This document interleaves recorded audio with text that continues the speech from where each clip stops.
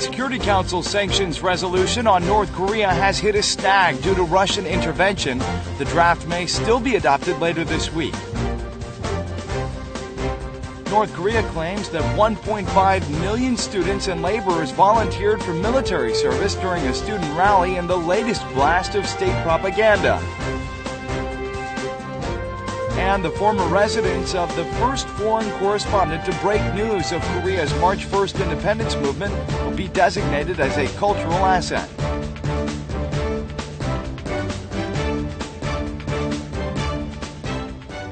Hello and welcome to News Today on KBS World. It's Monday, February 29th. I'm Luke Clary.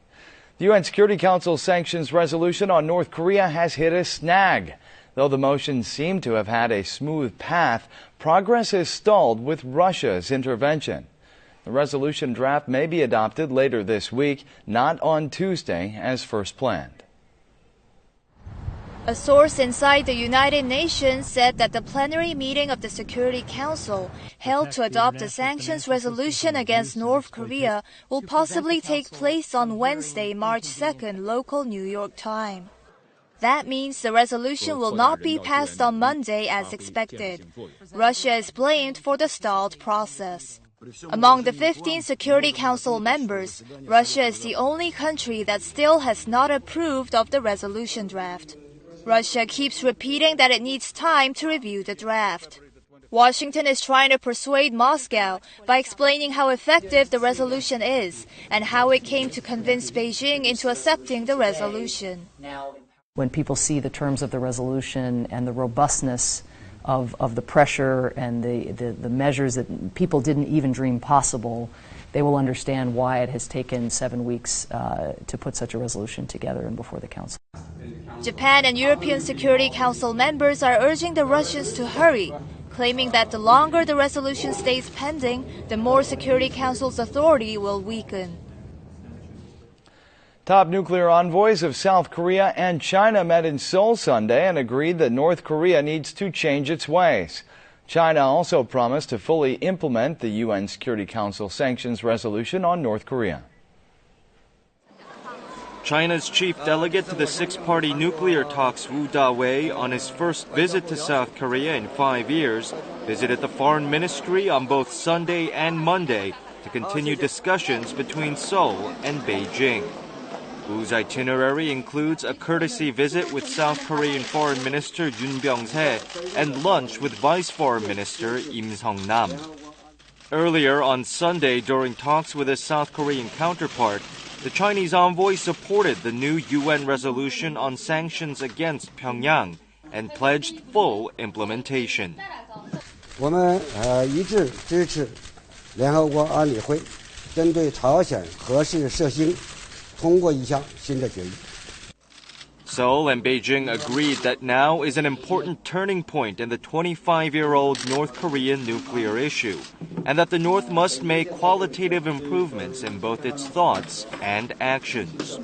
The two sides also discussed a united stance that can deliver a strong impact to North Korea.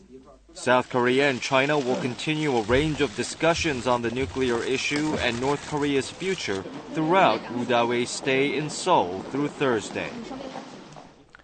North Korea is raising the stakes of its military threat by stoking an atmosphere of war. The regime now claims that 1.5 million students and laborers volunteered for military service during a student rally. This is a rally held by North Korean youths and students who have resolved to voluntarily enlist in the military. They stand in line to sign up for the enlistment, claiming that they have decided to enlist or return to the military after a recent major announcement by the North Korean command. 청년동맹 미 허정강 깡패 무리들과 그 앞잡이 괴뢰들을 시정자 없이 죽탕쳐버리고. Following the signing of petitions, the young men marched the streets with banners promoting solidarity and their will to safeguard the nation.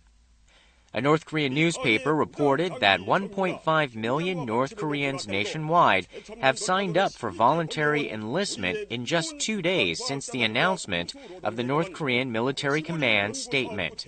The Daily even ran a message of thanks sent by Kim Jong-un. 적들은 우리 인민을 몰라도 너무나 모르고 있습니다.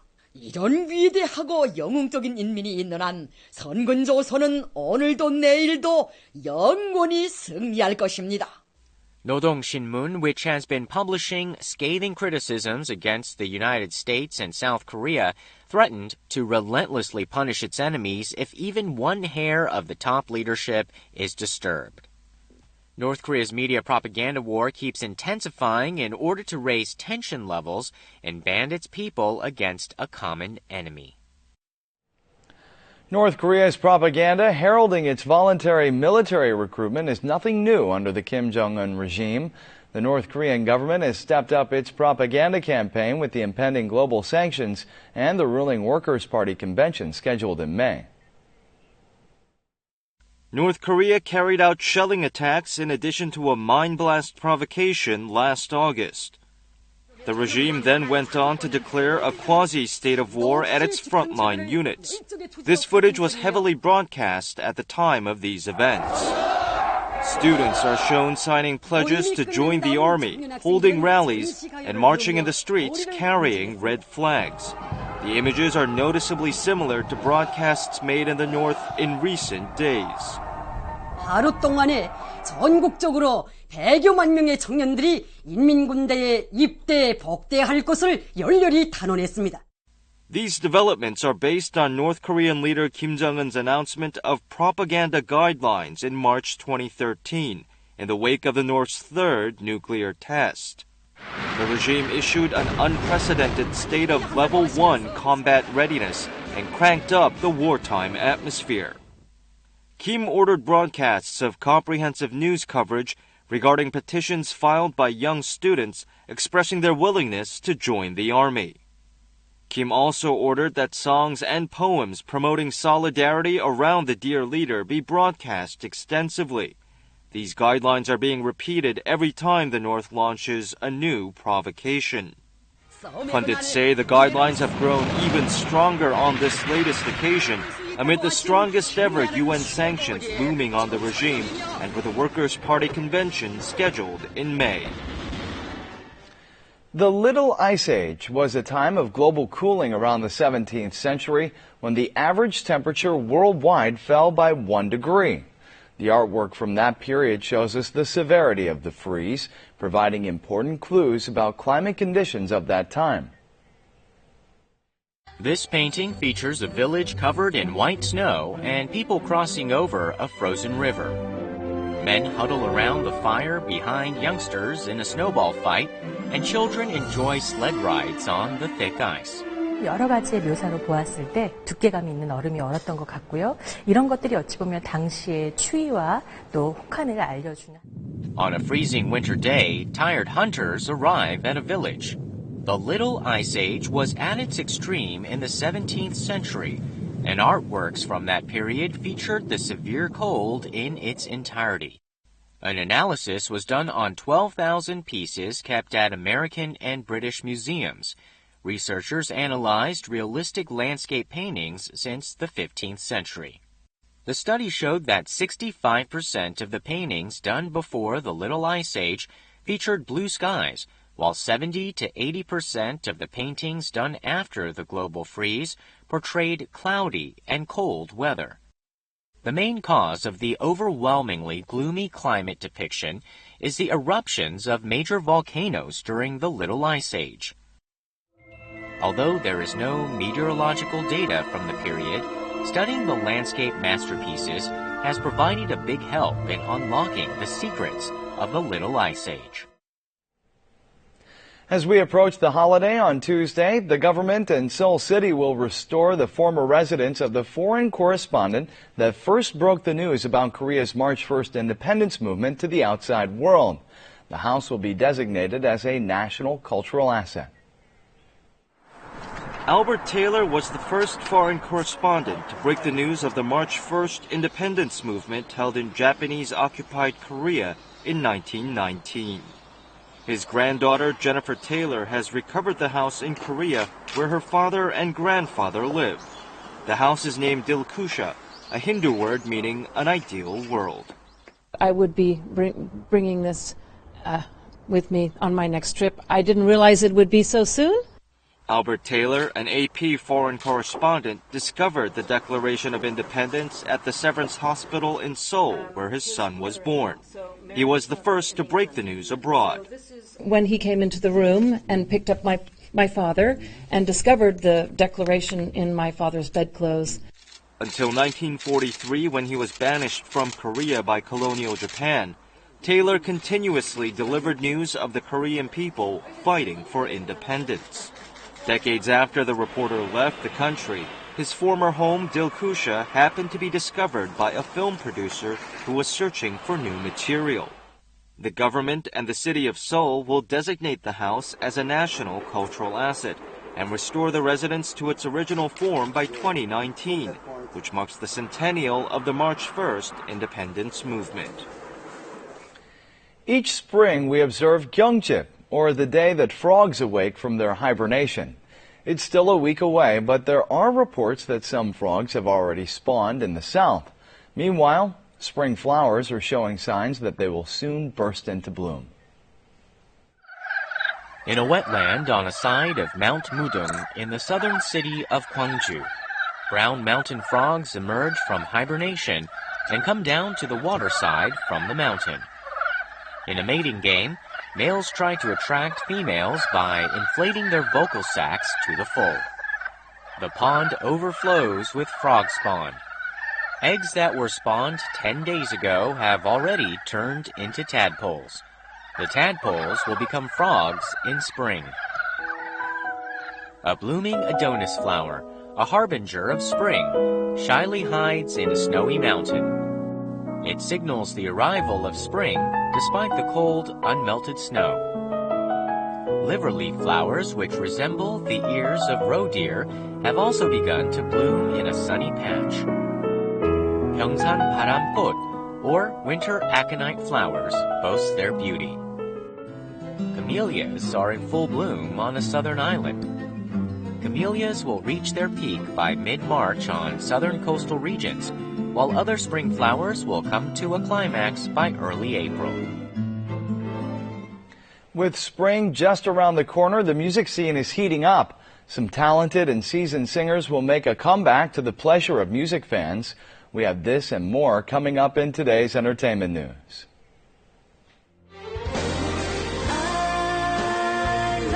Singer Yoon Mi-rae, famed for her moving and sentimental vocal style, has returned to the stage. Her latest song, Always, is included in the original soundtrack for the TV series Descendants of the Sun.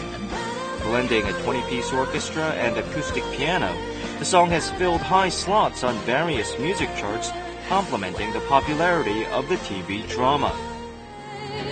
Yoon's follow-up single, Because of You, also features emotional lyrics. Singer Baek Ji-young and rapper Cheetah, both known for their powerful on-stage personas, are to release a uniquely appealing new song.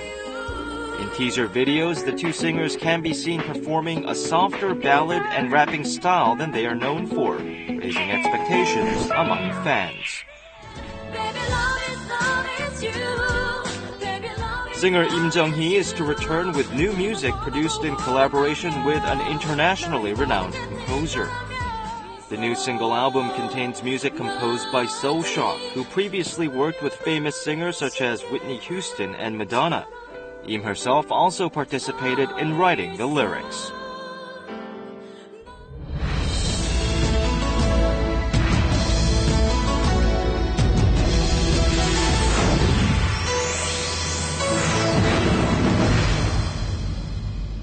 If you experience trouble falling asleep, even though you don't seem to have any health problems, you may want to think about replacing your pillow. Here's more on how pillows affect your quality of sleep and health, and how to choose the right one for you. winter is the season when nights are the longest. If you have trouble falling asleep, your pillow may be the culprit. 베개를 잘못 사용하시면 수면의 질이 망가질 뿐만 아니라 척추 건강에도 무리를 줄 수가 있습니다. Hard pillows press the nerves in the back of the neck, which can cause hand spasms and occipital neuralgia that appears in the form of acute pain in the back of the head. Pillows that are too high can cause snoring by making the neck bones bend excessively and narrowing the airway. However, when the pillow is too low, it can cause problems in the cervical discs by hampering the C-shaped curve of the neck bones. 머리를 좀 더 지탱을 해줄 수 있고 푹신한 그리고 목의 각도를 적절하게 유지를 해줄 수 있는 베개들이 많거든요. 그런 부분들을 사용을 하시는 게 목에 훨씬 더 도움이 많이 될 겁니다. Here are the symptoms that could appear due to the use of the wrong pillow. Chronic fatigue due to strained neck and shoulder muscles, dry mouth because the mouth is kept open during sleep, frequent awakening from tossing and turning or hand or foot spasms. If you have any of the above problems, you should check if you're using the right pillow. If you tend to toss and turn a lot in your sleep, use a pillow filled with grain such as buckwheat hulls so that your pillow moves along with you whenever you change your sleeping position. If you like to sleep on your back, use a memory foam or latex pillow to support your neck firmly. When it comes to choosing the correct height of the pillow, check if your neck bones and spine are aligned in a straight line when sleeping sideways. Pillows that are a few inches higher than your body line help alleviate muscle pain and blood circulation. Using the same pillow for a long time can also be detrimental to your health. If you want to improve the quality of your sleep, finding the right pillow may be the answer.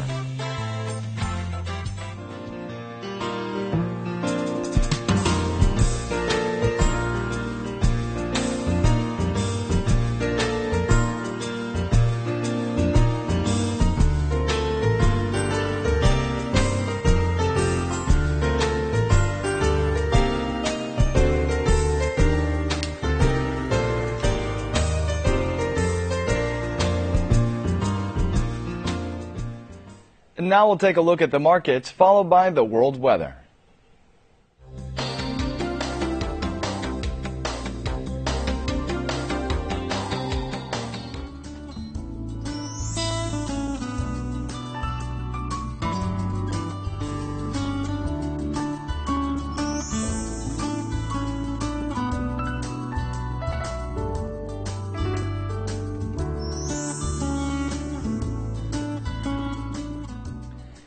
And that's it for this edition of News Today. Thanks so much for being with us. Tomorrow, we observe Korea's March 1st independence movement. So we'll see you again on Wednesday. Goodbye.